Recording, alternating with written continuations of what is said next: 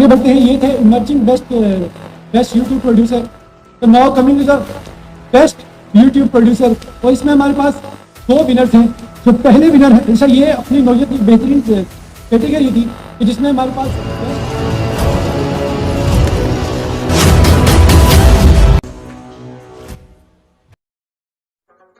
सबसे पहले है हमारे पास मिर्जा जरी।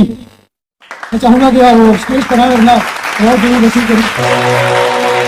مردم همه ساکت همه مبهوت و حیران دل ساکن و آرام امیرم. همان حال ببینند که ناگاه علی شیر خدا دست روی خاک کشیدند و همه از دو لب حیدر کرار شنیدند تو را چیست